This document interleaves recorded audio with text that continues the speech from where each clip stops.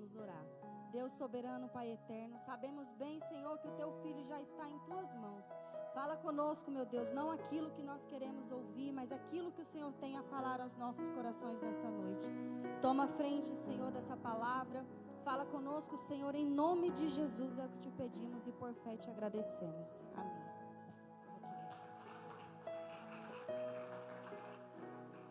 Aleluia, glória a Deus. Cumprimento a amada igreja da Santa Paz, Senhor Jesus Cristo. Meus irmãos podem tomar seu assento nessa noite. Antes de eu fazer os agradecimentos, você que pode, sentado mesmo, localiza comigo 2 Coríntios, capítulo de número 3, versículo de número 2. 2 Coríntios, capítulo de número 3, verso de número 2.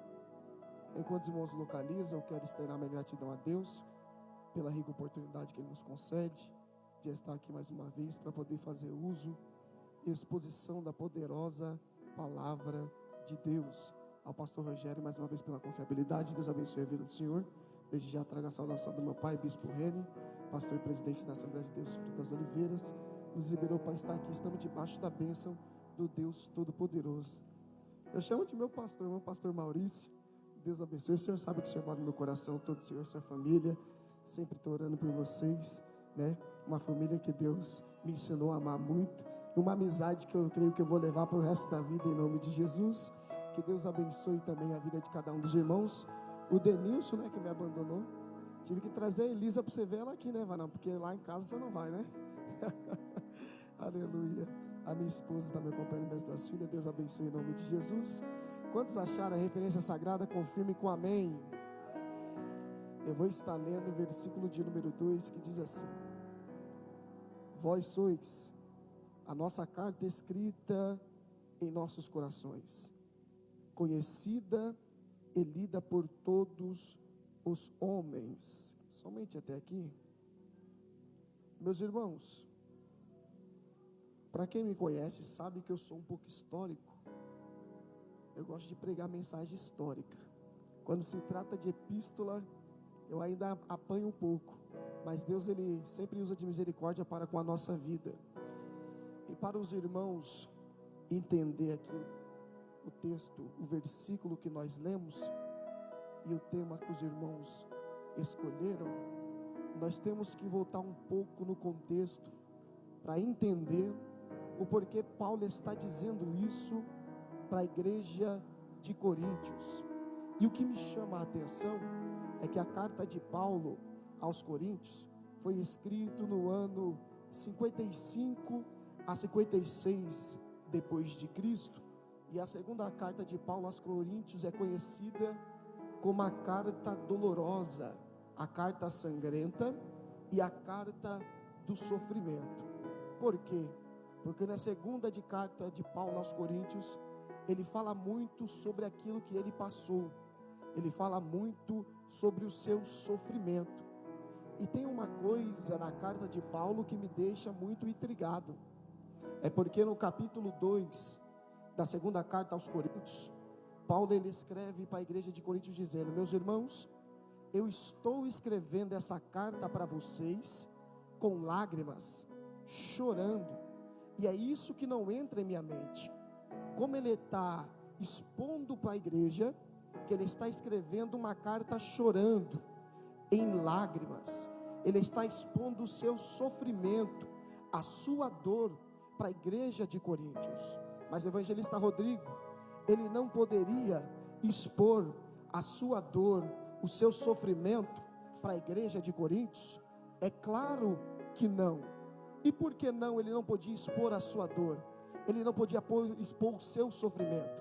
É porque na Ásia, Paulo tinha mais de 38 congregações, fora que tinha mais de 5 milhões de novos convertidos, e todos eles criam na pregação do apóstolo Paulo. Eles criam tanto na pregação do apóstolo Paulo, que quando Paulo não conseguia chegar na cidade destinada, o obreiro levava os utensílios de Paulo. O aleijado olhava para o obreiro e dizia: é de quem esse lenço? O obreiro dizia: é do apóstolo Paulo. O aleijado cria tanto que diz: joga o lenço para cá. E ele tocava no lenço, e o aleijado era curado e saía andando, de tamanha fé que eles tinham na pregação do apóstolo Paulo. E não é só isso.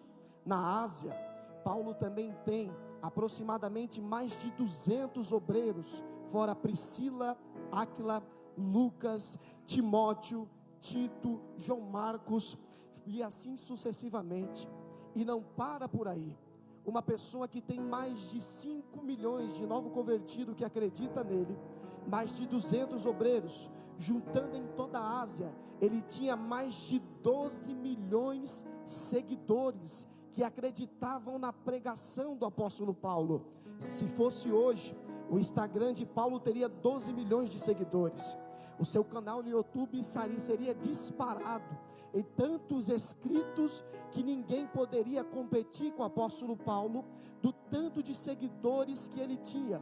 E eu lhe pergunto, uma pessoa que tem aproximadamente 12 milhões de seguidores, pode ficar destilhando sofrimento, dor, choro para alguém?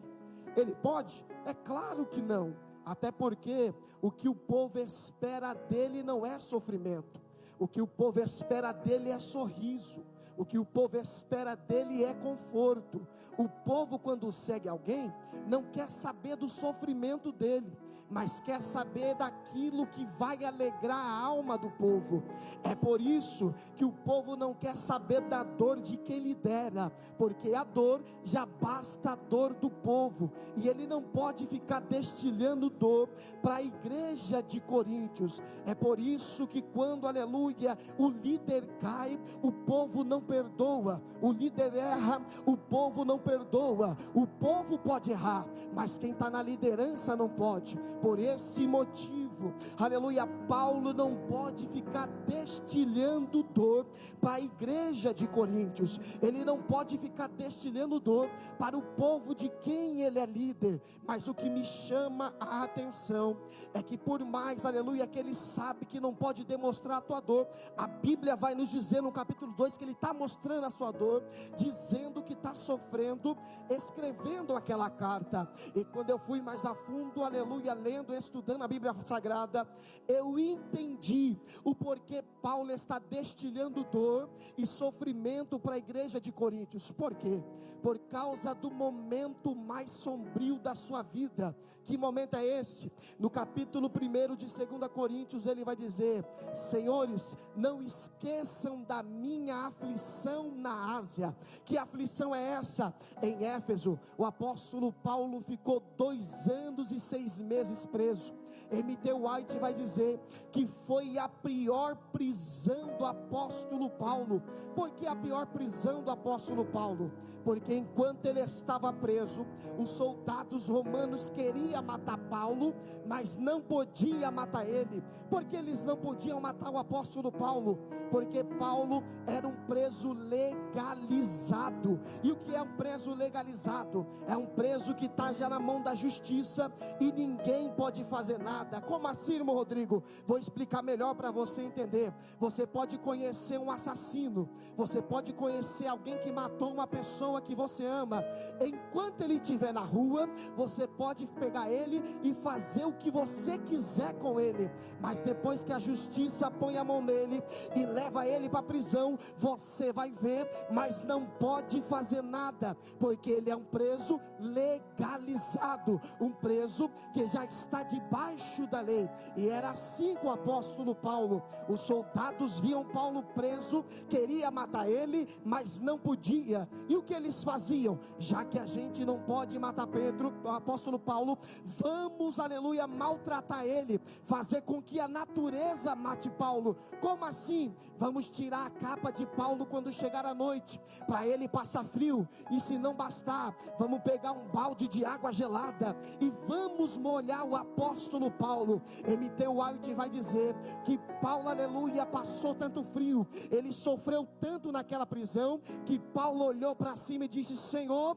leva minha alma, porque eu não estou suportando mais o sofrimento. Mas quando a alma de Paulo queria sair do corpo, Deus olhou lá e me disse: alma, agarra em Paulo. Alma, não é para sair de Paulo, porque o tempo dele ainda não acabou. Segura mais um pouco aí embaixo. O sofrimento dele era tanto, mas era tanto, que ele sentia vontade de beber água, e não tinha água para matar a sua sede. M.T. White continua dizendo que ele sentiu vontade de beber a própria urina para matar a sede. Fora as bactérias que ele pegou na prisão. A bactéria foi tão terrível, mas tão terrível, que o seu cabelo começou a cair. Ele estava tão desnutrido, que quando ele andava, parecia uma caveira ambulante andando. Mas quando se passa 2 anos e 6 meses, que ele cumpre a prisão em Éfeso, Filemão vai escrever uma carta e vai enviar para o apóstolo Paulo, dizendo que: Paulo, eu conheço o teu sofrimento na Ásia, então eu construí um quarto para você do lado da minha casa. Vem para minha casa e descansa no quarto que eu construí para você. O apóstolo Paulo vai para a casa de Filemão, entra no quarto, e a primeira coisa que Paulo quer fazer é se esquecer dos traumas que ele passou na prisão. Por que, irmão Rodrigo, se ele está livre já da prisão? Porque ele quer se esquecer do trauma. Porque nem sempre estar livre da prisão significa que você se esqueceu do sofrimento que você passou nela. Nem sempre se livrar de alguém que te traiu significa que você esqueceu quem te traiu. Nem sempre se livrar de quem te machucou significa que você se esqueceu da pessoa que você, aleluia, que te machucou. Até porque tem pessoas que têm, aleluia, o corpo livre, mas o coração preso. Tem pessoas que têm o corpo livre, mas a mente ainda está presa nos traumas que lhe causaram. Mas eu quero dizer para você aqui nessa noite, que o Espírito Santo de Deus está aqui nessa casa e está dizendo para alguém: eu vou arrancar todos os traumas da tua vida, vou curar, aleluia, as feridas da tua alma. Hoje eu desço com meu refrigério, com meu bálsamo sobre a tua vida, aleluia. E olha só que interessante, para você entender, ele só quer esquecer dos traumas que passou na prisão, a dor que lhe causaram. Ele está traumatizado. Só que enquanto ele está se recuperando dos traumas, enquanto ele está tentando, aleluia, curar aquelas feridas que lhe causaram, quem vai chegar no quarto do apóstolo Paulo? Tito, o pregador. E sabe o que me chama a atenção? É que Tito chega no quarto de Paulo e diz: Paulo, me desculpe não perguntar como você está. Me desculpe, aleluia, não perguntar se você se recuperou da prisão, se você está bem, como está a sua saúde. E eu não vou te perguntar isso. Por que você não vai me perguntar, Tito? Porque eu aprendi com você, Paulo, que a nossa chamada vem antes da nossa vida. Então eu não vou te perguntar. Oh, alabacandaramachéria. Porque na maioria das vezes quem tem chamada, ele não tem tempo de se recuperar das feridas das guerras, e já tem que catar outra, aleluia, situação em suas mãos para resolver. Paulo está todo traumatizado, está ferido, está machucado, está enfermo e não está tendo tempo de se cuidar, porque Tito já vem com uma notícia para ele dizendo: olha, já que a nossa chamada vem antes da nossa vida, eu já tenho um problema para te trazer, Paulo. Aí Paulo diz: mas rapaz, calma aí, eu acabei de sair da prisão, estou todo machucado, estou ferido, estou traumatizado, e você já vem trazer problema? É, Paulo, eu já tenho um problema para você resolver. resolver. Me diga, Tito, qual é o problema que você tem para me apresentar? Tito vai olhar para Paulo, aleluia, Paulo vai olhar para Tito, vai olhar para Paulo e vai dizer: Paulo, o problema que eu tenho para te apresentar é que a igreja de Coríntio rachou, a igreja de Coríntios dividiu. Como assim, Tito? A igreja de Coríntios dividiu. Eu vou lhe explicar, Paulo. Enquanto você estava preso lá em Éfeso, se levantaram falsos líderes no meio da igreja e começou a dividir o povo. Dividindo como? Enquanto você estava preso, esses falsos líderes falou que Deus não era mais com você, que Jesus não era mais com você. Por que Jesus não era mais comigo? Porque se Jesus fosse com você, você não era preso. Se Jesus fosse com você, você não era maltratado. Agora que você passou por tudo isso, eles estão dizendo que Jesus não é mais contigo. E tem mais uma coisa, Paulo, que se você voltar para lá, eles querem recomendação de você, eles querem uma carta de você, porque já que você ficou fora, eles precisam, aleluia, de recomendação da sua pessoa. Ai, reparacanda na machúria. Aí Paulo fica furioso, Paulo fica bravo e fica preocupado, porque ele diz: então quer dizer que o ano e 6 meses que eu passei lá na igreja de Coríntios não adiantou de nada? Porque é engraçado, Tito, enquanto eu estava com vocês lá, vocês diziam que eu era o melhor pastor. Enquanto eu estava com vocês lá, vocês diziam que eu era o maior pregador. Agora, porque eu estou passando por dificuldade, eu fui preso, vocês estão dizendo que Deus não é mais comigo? Ai, rebaia, uribicanda la machéria. E sabe qual é a preocupação de Paulo? A preocupação de Paulo aqui não é de quem está falando dele. A preocupação de Paulo aqui não é de quem está pedindo carta, não. A preocupação dele não é com esses que estão falando. Por quê? A preocupação dele não é com quem está falando dele, porque quem fala é inimigo declarado e fala o que quer.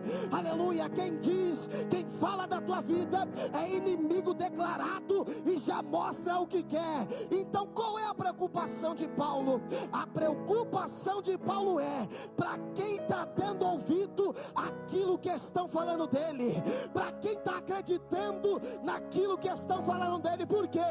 Ele se preocupa com quem está ouvindo, porque quem está ouvindo é pior do que quem fala, porque quem ouve é pior do que quem fala. Como assim, irmão Rodrigo? Quem ouve é pior do que quem fala, porque quem ouve é transitório. Quem ouve na tua frente está com você, mas nas tuas costas está com quem está falando com você.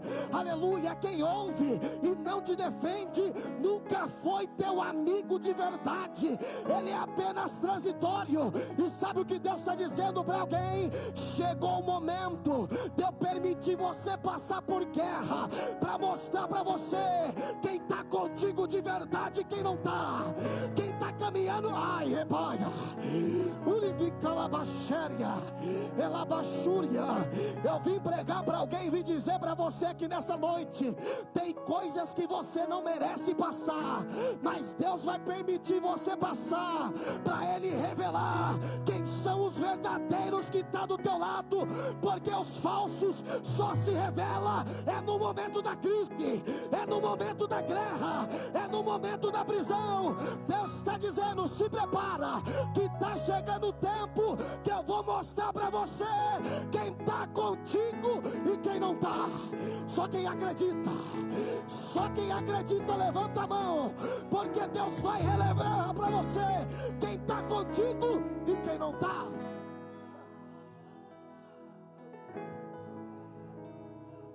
Oh, alabaxéria. A preocupação dele não é com quem está falando dele, mas sim com quem está ouvindo. É por isso que você, aleluia, não tem que acreditar em todo mundo que bate nas suas costas, porque enquanto ele estava lá na igreja com o povo batia a palma para Paulo, dizia que ele era o melhor, mas é passar por um momento difícil que eles se revelam. Oh, alabacanda, arabaxéria. E deixa eu lhe dizer uma coisa: quando eles começarem a se revelar e te abandonar, não fica triste não, não fica chateado não. porque é Deus que está tirando todo empecilho de você viver o propósito que Ele tem na tua vida. Mas irmão Rodrigo cantava no grupo comigo, fazia obra comigo, subia no monte comigo, orava comigo, fez campanha comigo. Isso é para mostrar para você que nem que todo mundo que está do nosso lado é nosso irmão de verdade. É por isso que o apóstolo João disse: estava entre nós, mas não era de nós, porque se fosse de nós, permanecia conosco. E já que não permaneceu, é para mostrar que nem todo mundo que está do nosso meio é dos nossos de verdade. Deus está dizendo: tudo aquilo que está impedindo o teu ministério de alavancar, hoje eu vou começar a jogar por terra, vou começar a tirar do teu caminho, porque teu ministério vai crescer, a tua chamada vai crescer, você vai crescer.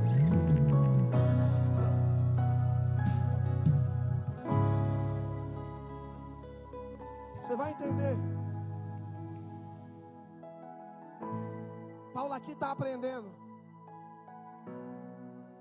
que ministério é solidão. Por que ministério é solidão? Ele passou por um momento difícil. O que ele precisava agora é de mão estendida para ajudar ele. Era de ajuda. Só que ao invés de receber ajuda, ele está recebendo problema para resolver. Ele está recebendo, aleluia, questionamento de seu ministério. Oh, alabacanda, aramachura, que me dará séria. E o que mais dói em Paulo é isso. Você se doa tanto para a obra, ajuda tantas pessoas, e quando você precisa de uma mão levantada, todo mundo vira as costas. Oh, alabacando, rebe, narabaxerga. Quem sabe eu estou pregando para alguém aqui que está vivendo a mesma história de Paulo, dizendo: já ajudei tanto, já estendi tanta mão, e quando eu precisei, me abandonaram. Quando eu precisei, me virar as costas. Mas eu vim dizer para você, é Jesus te ensinando que isso é ministério de verdade. Ministério de verdade não é multidão não, meu filho. Ministério de verdade é isso. Quando você precisar, ninguém está para te ajudar. É você orar por todo mundo, e quando precisar de oração, ninguém ora por você. É você apresentar a causa dos outros, e quando você precisar que alguém apresente a tua causa, aleluia, ninguém está contigo. Isso é ministério de verdade. Ministério não é para quem quer, ministério é para quem suporta. E Deus está dizendo: se você suportar, aleluia, a chamada que eu entreguei para você, eu vou fazer coisas grandes e firmes que você ainda não sabe acontecer sobre a tua vida. Olha só, ele aprendeu aqui que ministério é solidão. Só que ele está olhando e está dizendo: olha, Tito, agora você vai voltar para a igreja de Coríntios. Vou voltar, Paulo? Vai. Você vai voltar para lá, mas não vai voltar de mão vazia. Oh, alabacam, arabaxerga. Não vou voltar de mão vazia, não. Eu vou escrever a segunda carta aqui agora, para você levar para eles. Eu estou escrevendo a segunda carta, e você vai entregar, vai levar lá para eles. Vai chegar no meio da igreja e vai ler em alta voz para todo mundo ouvir. Oh, alabacam, daramachéria. Primeiro, você vai ler lá, vai falar para eles que eu passei pelo sofrimento sim, e para eles não se esquecerem disso. Aleluia, fala para eles que eu escrevi essa carta com lágrimas. Eu escrevi essa carta sangrando, chorando, gemendo, porque não estou tendo tempo de cuidar de mim. Paulo, eu vou levar a tua carta, mas você se esqueceu que seu ministério está sendo questionado por causa da tua prisão. Eles querem recomendação de você, eles querem que você apresente recomendação para eles. Aí ele vai dizer: não tem problema não, eu vou escrever o capítulo 3 e você vai ler em alta voz para eles, dizendo: Agora vocês querem carta de recomendação?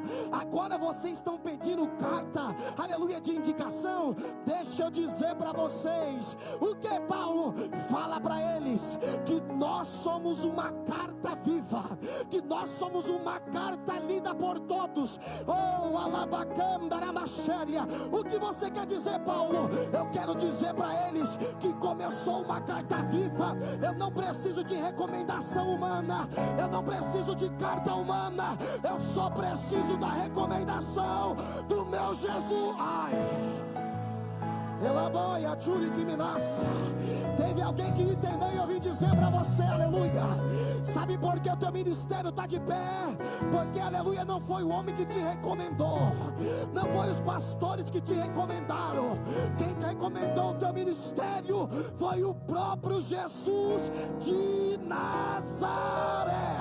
Paulo está dizendo, ei, tudo aquilo que o homem recomenda é falido, mas a carta que é viva, escrita por Deus, ela permanece, ela permanece. Oh, alabacanda, alamachéria.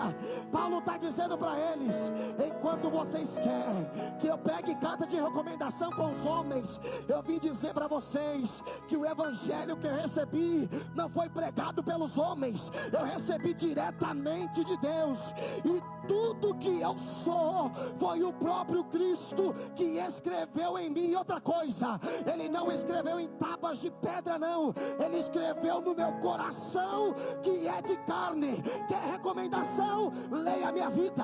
Quer recomendação? Veja como eu sou. Quer recomendação? Ande nos meus passos. Quer recomendação? Quero. Qual é a recomendação que você dá, Paulo? Sede meus imitadores, como eu sou de Cristo, de Cristo, de Cristo, de Cristo.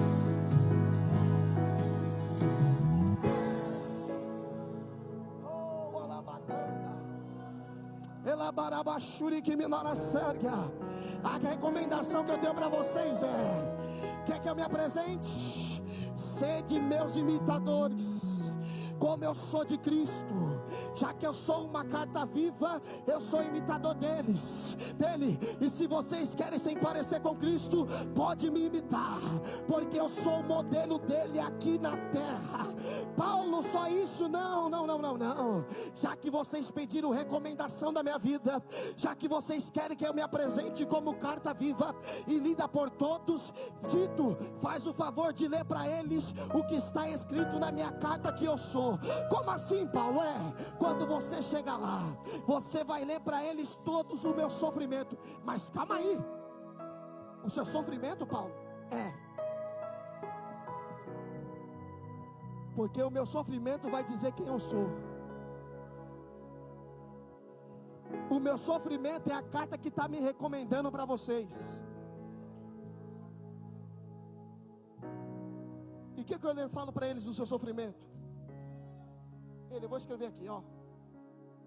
Fala para eles que eu sofri dos judeus 5 quarentenas de açoites, fui açoitado com varas, 3 vezes sofri naufrágio, 4 vezes fui preso, fui traído por irmão de igreja, corri perigo de salteadores. E tem uma coisa, Tito, você acha que quando o meu barco estava naufragando, eu fui o primeiro a pular do barco? Não, eu fui o último a sair, porque eu tinha que salvar todo mundo.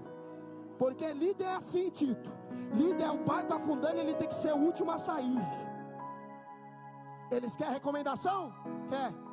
Fala para eles que eu passei por tudo isso, e a minha carta está pregando para a igreja de Corinto. Pregando o quê? Que eu passei pelo sofrimento, que eu apanhei, e mesmo assim não larguei a Cristo. Fala para eles que a minha carta lida por todos está dizendo que eu passei pelo sofrimento, que vocês indagaram o meu ministério, mas mesmo sendo indagado, eu continuo de pé servindo a Cristo. Oh, alabacamdaramachéria, para que quando todos os homens leem a minha carta, eles entendam uma coisa. Entendeu o que, Paulo? Que por mesmo que eu tenha passado por momento crítico na minha vida. Quem é carta lida por todos, passa por sofrimento, mas não abre mão do chamado. Passa por sofrimento, mas não abre mão da cruz. Passa pelo sofrimento, mas não deixa Jesus. Oh, alabai, axéria. Você está dizendo então, Paulo, que é para nós, aleluia, pegar o exemplo da sua carta, e mesmo que tiver em momento difícil, e não largar a Cristo, meu filho. Porque, Paulo, você quer que nós não largamos a Cristo? Porque já que Ele morreu na cruz, aleluia, e não desistiu no meio do caminho por mim e por você, eu e você também devemos continuar até o final. Mas, Paulo, e se todo mundo passar pelo sofrimento e não suportar o sofrimento e querer desistir? Fala para eles que só a graça de Deus basta para a vida ai, rebaga. Uribicanda na machéria. Eu não sei qual é o momento da tua vida, mas uma coisa eu sei: a graça dele basta para você continuar de pé. A graça dele basta para você continuar caminhando. Ele está dizendo: se prepara. Está machucado, mas vai continuar caminhando. Está ferido, mas vai continuar caminhando. Porque a minha graça está te sustentando. Está te sustentando. Está te sustentando.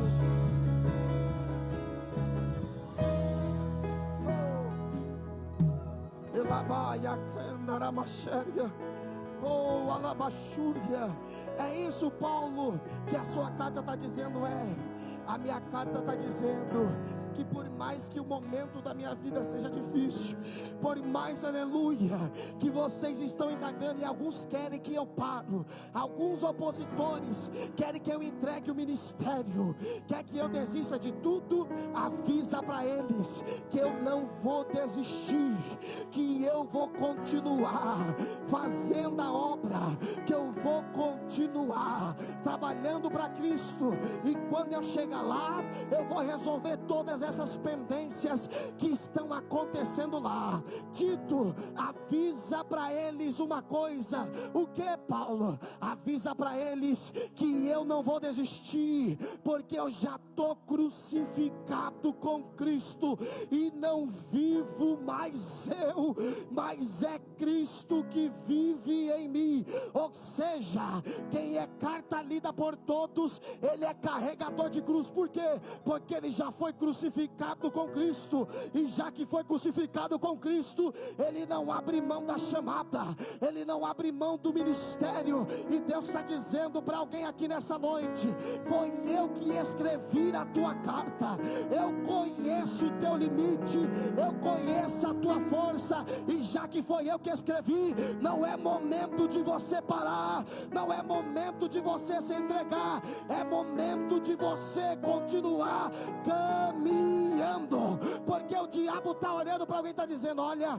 essa carta vai fracassar no meio do caminho, essa carta vai abrir mão da chamada, essa carta vai desistir. Só que ele se esqueceu de uma coisa, que quem escreveu na carta foi o próprio Cristo, e tudo que ele escreve é eterno, tudo que ele escreve permanece, tudo que ele escreve é importante. Porque ele escreveu com os dedos os 10 mandamentos, é importante. Ele escreveu na parede mene mene tekel fazim, é importante. Ele escreveu no chão quando for apedrejar a mulher adúltera, é importante. Porque tudo que ele escreve ao meu e ao teu respeito, não tem diabo que vai apagar, não tem. Ai, Elaia, sabe o que Deus está dizendo para alguém aqui nessa noite? A tua história não vai acabar aqui. Eu escrevi a tua história, e o final dela eu vou receber a coroa da vida eterna, eterna, eterna. Eu vim pregar para você e vim dizer: já que você é uma carta escrita por Deus, sabe o que vai estar escrito no final da tua carta? O quê? A mesma coisa que está escrita no final da carta de Paulo. 2 Timóteo, capítulo 4, versículo 7. O quê? A minha última frase para as igrejas, a minha última carta que eu deixo, eu digo para vocês: que eu combati o bom combate, acabei a carreira e guardei a fé. Oh, alabacando, rebe, labaxéria. Ele está dizendo para você aqui nessa noite: você que é a carta que me representa, você vai combater o bom combate. Você vai combater o bom combate, vai acabar a carreira e vai guardar a fé. Oh, alabacanda, aramachéria. Por quê? Porque agora só falta eu receber a coroa do justo juiz, que me dará naquele grande dia. Oh, glória. Elabacanda, aramachéria, minácia. Eu quero finalizar essa mensagem dizendo para você aqui nessa noite, que você, aleluia, tem uma longa carreira para percorrer. Não é momento de desistir ainda não, meu filho. Não é momento de parar não, minha filha. É momento de combater o bom combate. Em meio a tanta guerra, em meio a tantas batalhas, você vai combater o bom combate, vai acabar a carreira e vai guardar a fé. Porque Deus não te chamou para parar no meio do caminho. Deus não te chamou para ficar frustrado. Deus te chamou para ir até o final. Oh, glória. E eu profetizo aqui nessa noite que a tua chamada vai até o final, o teu ministério vai até o final. Tudo aquilo que Deus te prometeu vai se cumprir. E o que você pensava que não iria conseguir, Ele está dizendo: eu vou fazer você chegar. Chegar. Chegar. E olha só,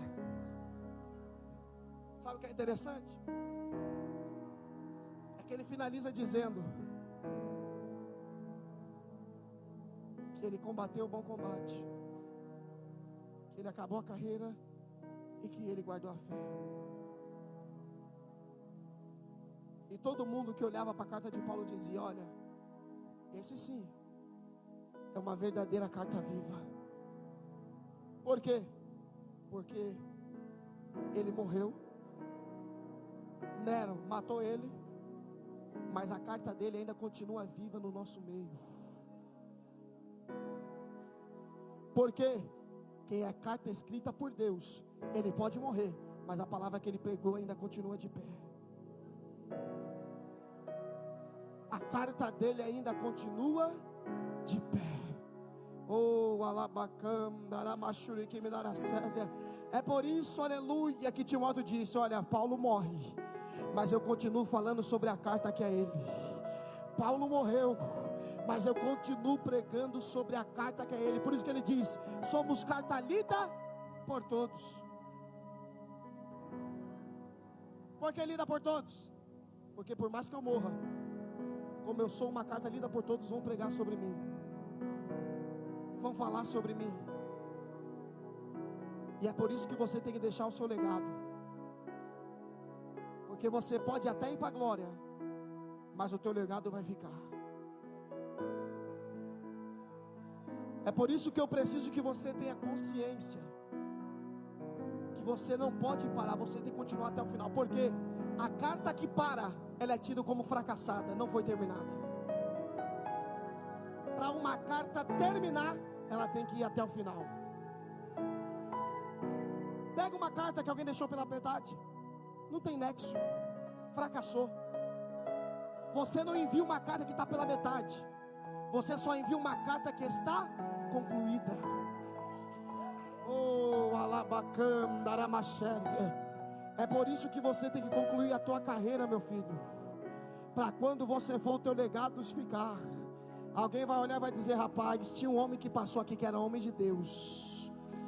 Olha, a carta daquele homem era uma carta abençoada. Deus está dizendo para você: no meio deste mundo, você é uma carta de referência para quem olha para você. Você é uma carta de referência, aleluia, para quem, aleluia, leve a tua vida. Eu quero finalizar dizendo para você aqui nessa noite, que já que você é a carta de Deus, hoje Deus está te dando força, está te renovando, para você continuar caminhando. E você não vai ser uma carta pela metade, você não vai ser uma carta está fracassada. Teve muitos por aí que fracassou. É só você olhar, tem pastor desviado, tem missionário desviado, tem evangelista desviado, tem pregadores desviados. Por quê? Porque abandonaram a carta no meio do caminho e nunca vão ser lidas pelos homens. Pelo contrário, aleluia, eles são esquecidos. Mas você que está na guerra, vai até o final, que você vai ser lembrado. E assim eu agradeço a oportunidade, em nome de Jesus.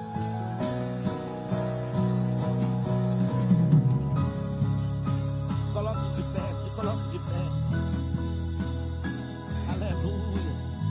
Tem alguém afastado do caminho do Senhor? Tem alguém que quer entregar sua vida a Jesus? Tem alguém que se encontra afastado do caminho do Senhor, quer fazer esta aliança hoje? Aleluia. Louvor, vai adorar.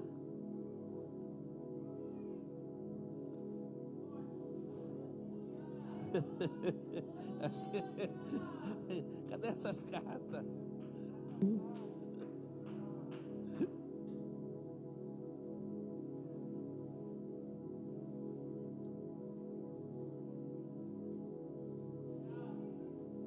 Eu navegarei. Melhor não. Vai eu e o Lucas. Padrinho, me ajuda, né, padrinho?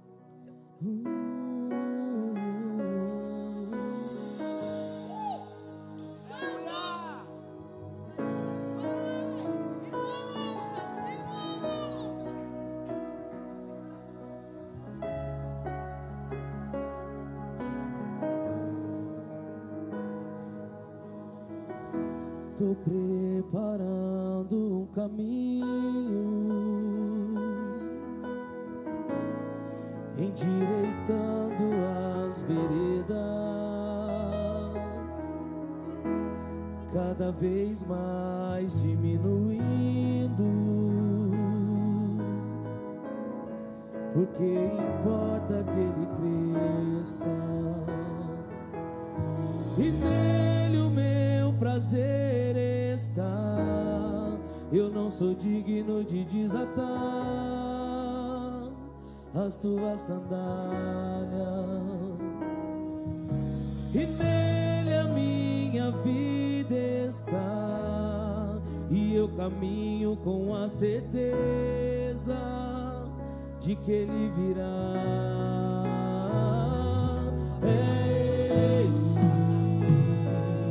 Por ele que eu estou gastando a minha vida, perdendo tudo por amor e com alegria, dono dos meus dias.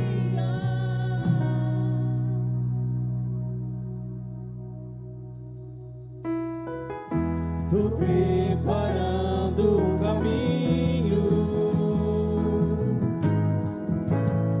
endireitando as veredas, e cada vez mais diminuindo, porque importa que ele cresça, e nele o meu prazer está. Eu não sou digno de desatar as suas sandálias, e nele a minha vida está, e eu caminho com a certeza de que ele virá. E é ele, por ele que eu estou gastando a minha vida, perdendo tudo.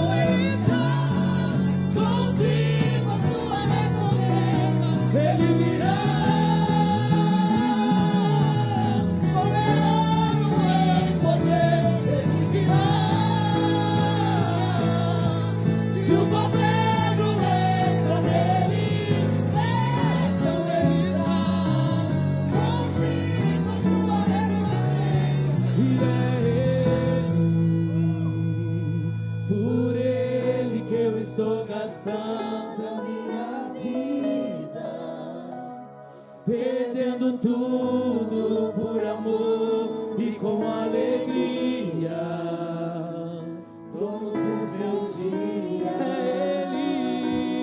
É Ele, por Ele que eu estou gastando a minha vida, perdendo tudo por amor e com alegria, dono dos meus. Eu queria que você declarasse isso. Diga a Ele, cante, cante. É Ele, por Ele que eu estou gastando a minha vida, perdendo tudo por amor e com alegria, dono dos meus dias. E Ele virá, soberano em poder. Ele virá, o governo entra nele, vejam Ele traz consigo a sua recompensa. Ele virá, soberano em poder. Ele virá, o governo entra nele, vejam Ele traz consigo a sua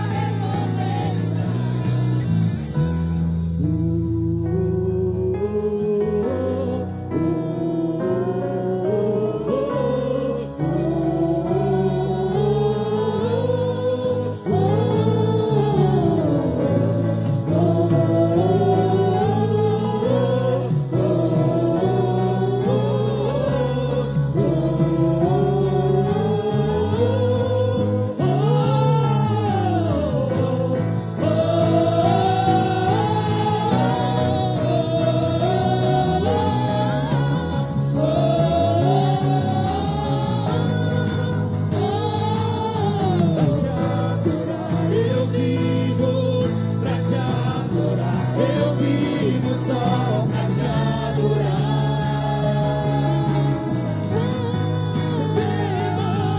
Pra te adorar, eu vivo pra te adorar, eu vivo só pra te adorar. Então me tira do medo que me faz dizer Moisés, suba meu lugar, me faz entender a tempestade é você, chuva forte é você, e vento forte é você, e o que me faz tremer as pernas, a porta aberta é você, mas a fechada é você, é tudo sobre você.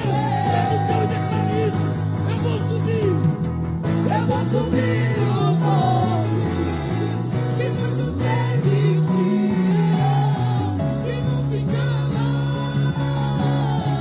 até te encontrar.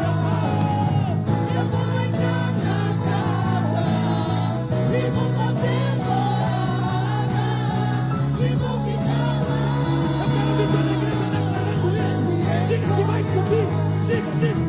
Eu vou subir o monte que muitos desistiram, eu vou ficar lá, até te encontrar. Eu vou entrar na casa e vou fazer morada, e vou ficar lá.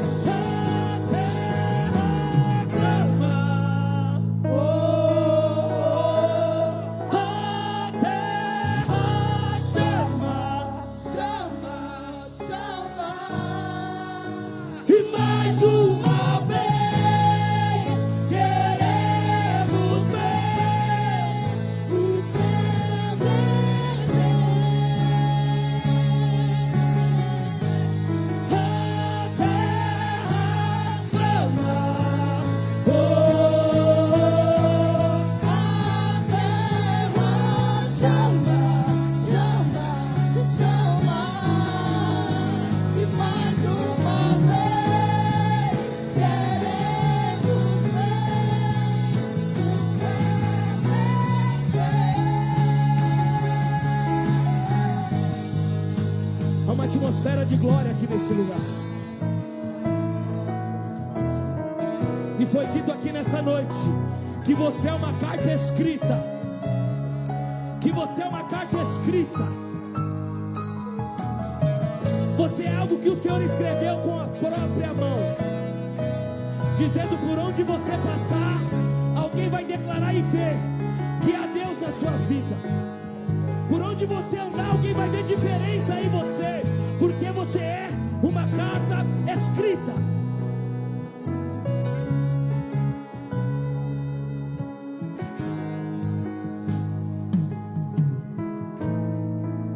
Cristo é tudo que Deus pode nos dar.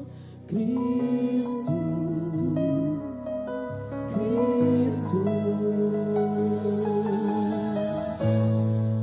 a beleza revelada no Pai. Será que você pode declarar isso? Já estamos terminando. Cante comigo, cante. Cristo é tudo que Deus pode nos dar.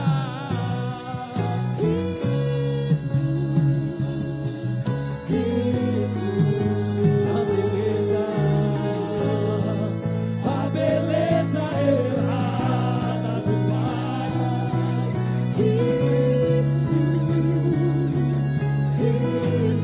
E uma vez que eu coloquei os meus olhos em Ti,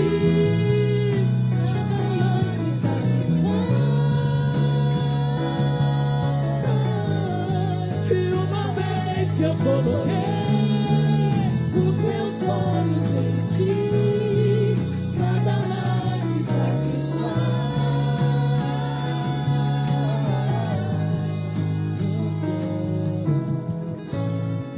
Aleluias. Nada mais nos satisfaz a não ser a presença do Senhor. Aleluias. Aleluia, que nessa noite você possa sair carregado da glória e da presença. Você pode aplaudir bem forte ao Senhor. Aleluia. Nós temos algumas coisas que vai acontecer ainda. Aleluias, em nome de Jesus. Se assenta um pouquinho em nome de Jesus. Quero chamar a minha esposa aqui.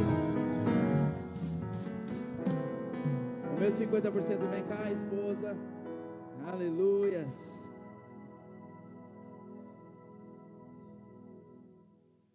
Aleluias. E durante ainda esse